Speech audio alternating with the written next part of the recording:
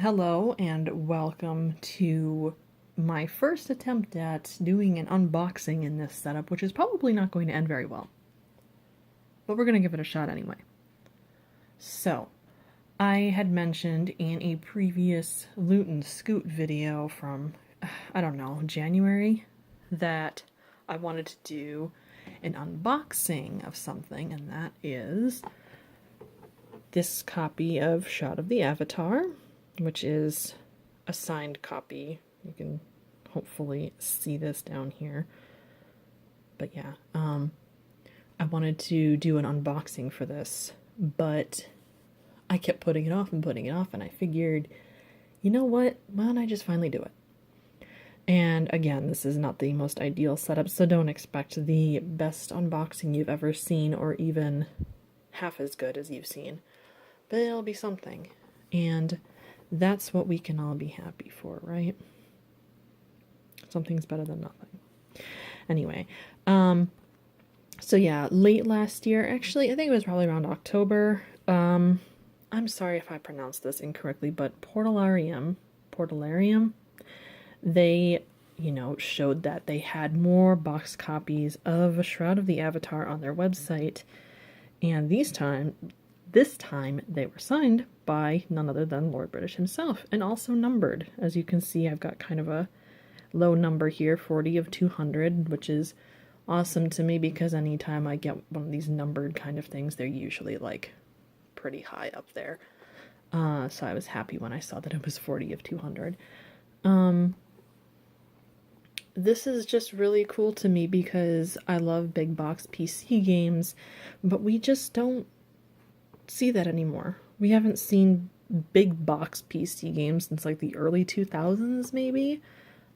I know that they all started to kind of go to like the DVD size, and that makes me sad. I understand that they take up like a lot of resources to put together, but there was something that was just kind of lost when they stopped doing boxes like this in general for PC games. I'm doing the best that I can here to kind of show the back. Now I have to admit that I actually haven't had a chance to sit down and play this yet, because every time I go to, there's an update, and my internet is really weird, and it takes either forever or my internet kind of crashes because for some reason it can't handle downloading too fast. I don't understand, but you deal with what you have to deal with in the areas that you live in. So yeah, there's the back of it. I really do want to play this, and hopefully by the time I, have actually uploaded this video, I will have played it at least a little bit. So yeah, there's the front of the box, or the back rather. Here's the front, which we've already seen, but we're going to look at it again. I'm happy that they were able to do something like this because, I miss the Ultima series. And it's Ultima and everything but name from everything that I've seen and heard. One thing that I really like about this is that it's one of these boxes where you lift off the top rather than like dealing with, opening a flap here and then despite your best efforts you end up bending the little flap and then you've got a crease. So yeah, I love that it's like this because all the Ultima games that I do have are in the same vein as this, so I am happy that it's consistent. And I say all the Ultima games I have, but unfortunately I don't have very many. Physically I have Trilogy, 5, 8, and Underworld 2. So here we go.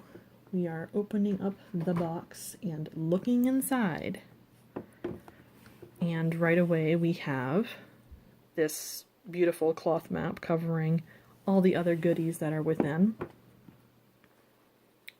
This actually feels really nice. Like, I don't know my fabrics too well, but this like almost kind of feels like a suede. but it's just, this is a really nice quality cloth map, and I love that it's a cloth map and not a paper one. Like, I just love getting maps in general, but oh, when it's cloth, I am sold. We can see as best as I can show it. So, this is the world map for Shroud of the Avatar. I hope I was able to show that off fairly well. But it's just, like, this takes me back here. It feels really, really nice, and it's so high quality. Like, I really don't see anything about it that, you know, is just kind of negative. And I love that it has all of the lettering still that they put so much into years ago. I used to be able to read it, but it's been so long that I really can't anymore, aside from the ones that are a little more obvious. So I'll have to brush up on that a bit. So there's the map.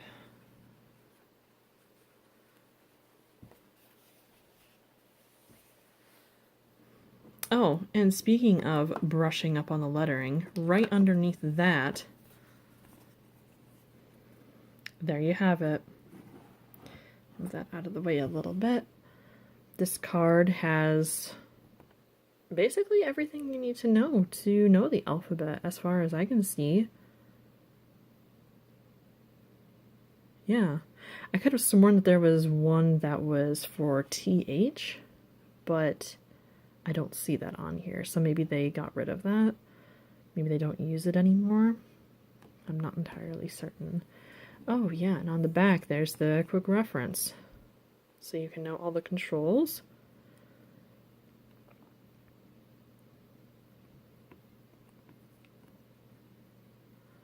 I kind of missed that too. I gotta tell you that when I go to play like something like Akalabeth or one of the first few Ultima games, I'm having to find a thing of the controls online because I can't remember what each of the buttons do. The only thing I can remember is that Z is stats. Let's see. We've got two booklets here. There's this first one. Our Epic Origin, A Blast from the Past.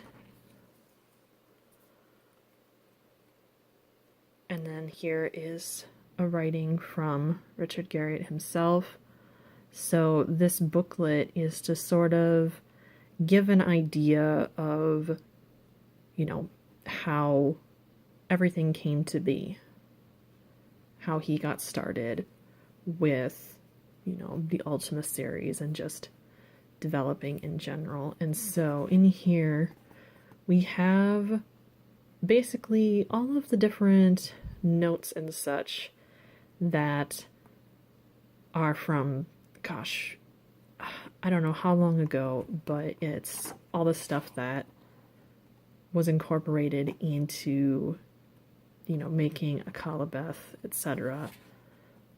And basically, well, you know, this booklet is called Our Epic Origins, so it's the origins of the series. And I haven't had a chance to really look through this yet, but it's so incredible that all of these notes were kept for so long because, my gosh, I tell you, as somebody who writes, I certainly have a lot of notes around too, but stuff from when I was younger, I tend to get really flustered about and either shove it into a box never to be seen again for another 20 years, or I destroy it. And I know I shouldn't do that. I really shouldn't, because I'm gonna be like 60 years old and hoping that I find something from when I first started, and there will be nothing.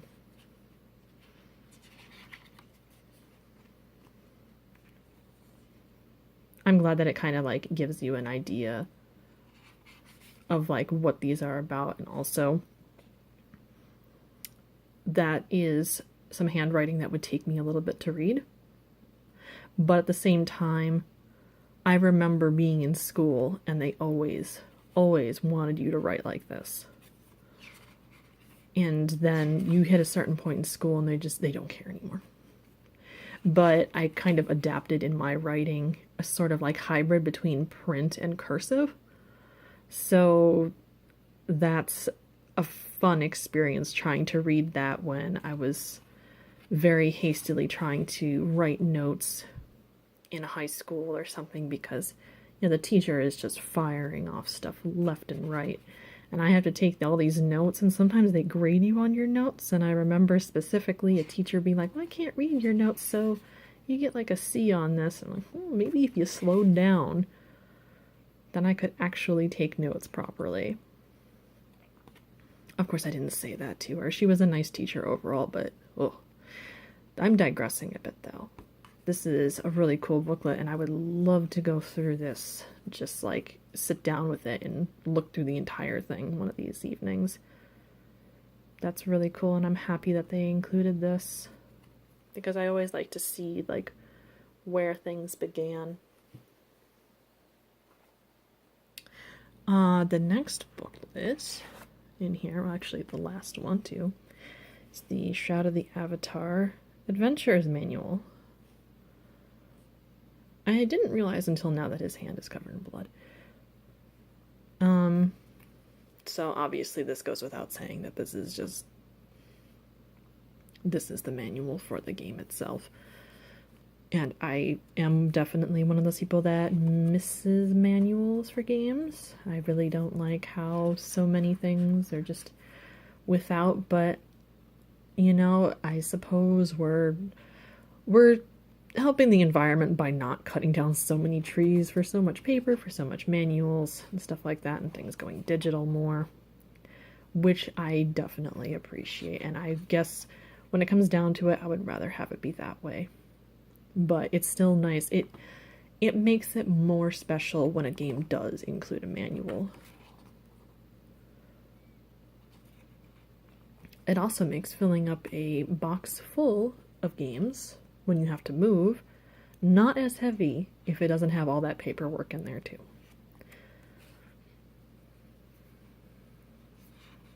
So yeah, there's a lot in here about how to play the game, what the different commands are, all that good stuff. A bit of history too, no doubt, which is always fun.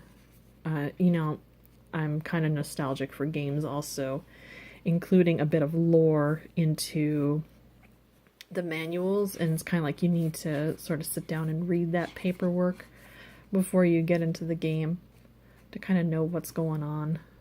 I might have skipped a page there, I'm sorry if I did. Yeah, I have such a fondness for the Ultima series. I admittedly have only finished a Calabeth, to the point of, I think it was slaying the Balrog, which I think is considered finishing it, even though the game is technically endless. Up through Ultima 4 and Ultima 7, the Black Gate. Those are the only ones I've finished, so I haven't finished 5, 6, and anything from Serpent Isle onward. So I really need to get back on that, because I've always been really intrigued by 5 and 6 and Serpent Isle, and, well, Pagan and Ascension as well. So there's that booklet.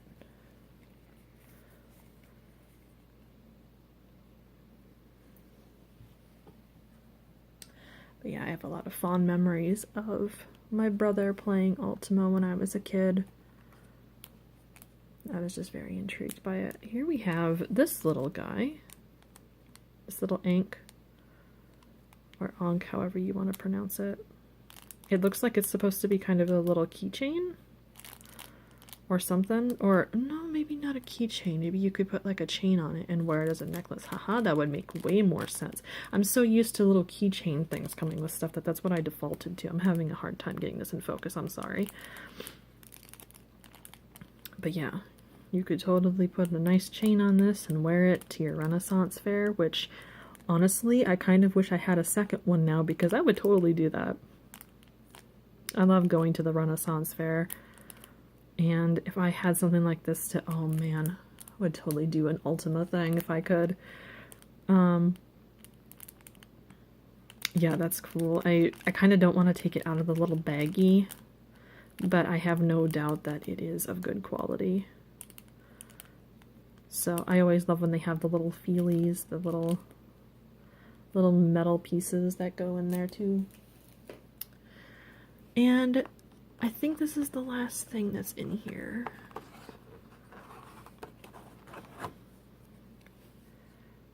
It is the installer and soundtrack CD.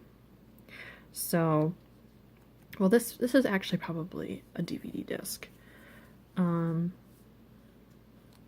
it has, I haven't actually listened to the music yet. This has like the soundtrack on it, and it has the installer, which, you know, then you go through the patching process that I have been slowly trying to deal with. I just gotta leave it on one of these days when I'm writing or something. Because I really do want to get into this game. I want to see what it's all about. I want to have fun with it. I am a little nervous about discs inside of paper sleeves ever since I scratched the heck out of, well, not scratched the heck, but got some scratches on a Lunar soundtrack from ages ago. I think Lunar 2 Eternal Blue came in like a little paper sleeve, and I don't know, I just don't trust it.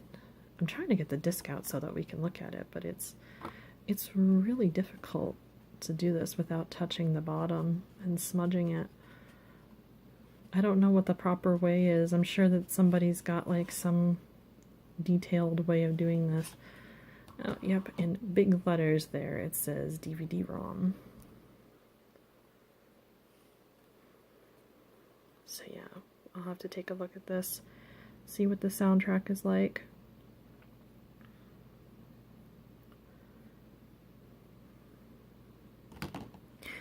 It's so nice to be able to own this physically, because typically I don't like to get physical copies of PC games anymore, just because, you know, it is just a DVD case with a disc, maybe a reference card or a code or something, a Steam key, and that's just not exciting to me. And when it comes to PC gaming, I want it to be exciting. I want to be able to have a large box that I open up that has all these goodies on the inside. And I know that, like, not every PC game was like this back in the day. I know that it's, you know, not a very common thing, but it still happened. But I just like opening up the box with the disc and everything, and having like all the paperwork, etc., just in there. And so that's why I just don't really like buying PC games physically anymore. So when this was available, I had to. I technically didn't have the funds for it at the time, but I basically just like shoved aside something else that wasn't that important so that I could get it because I wanted it. It was very impulsive, but I don't mind. Also, I forgot to show the inside of the box in case anybody wanted to see it. Let's see here. Yeah, the inside is just like this. There's a little framework so that this fits in nicely, and it doesn't have like a bunch of like empty space that things are rattling around in. And I can appreciate that because, you know, it's definitely a problem that I have with some of my other big box PC games, is that the floppy disks are rattling around in there if I shift it just from one side to the other. But yeah, so this was a really cool package, and it was completely worth the money, and I'm so happy to have something that is signed by Richard Garriott, Lord British himself. I would love to have his signature on any of my other Ultima games, but I'm not very traveled, unfortunately, so I don't know when I would ever get the opportunity to have him sign something. But, yeah. There you have it. There is the box copy of Shroud of the Avatar. And like I said, this is a signed one, but there was also like a non-signed one that has like a little sticker here that I think it just says like it's the collector's edition or something for the people that had backed the game, which unfortunately I wasn't able to. So this is great that I was able to get this, even though I wasn't able to back the game. If I could go back in time and back it, I would, but, you know, the butterfly effect. So, there you go. There is my first attempt at unboxing. It was for Shroud of the Avatar, Forsaken Virtues. I would like to go and start updating this game now. So, I hope that you enjoyed. I know it wasn't the best unboxing experience because I have such limited space here and I don't have a fancy camera. But hopefully one day that will be better. I would definitely like to know if you would like to see more of these kinds of things. So, thank you for watching and hope you enjoyed. And as always, take care.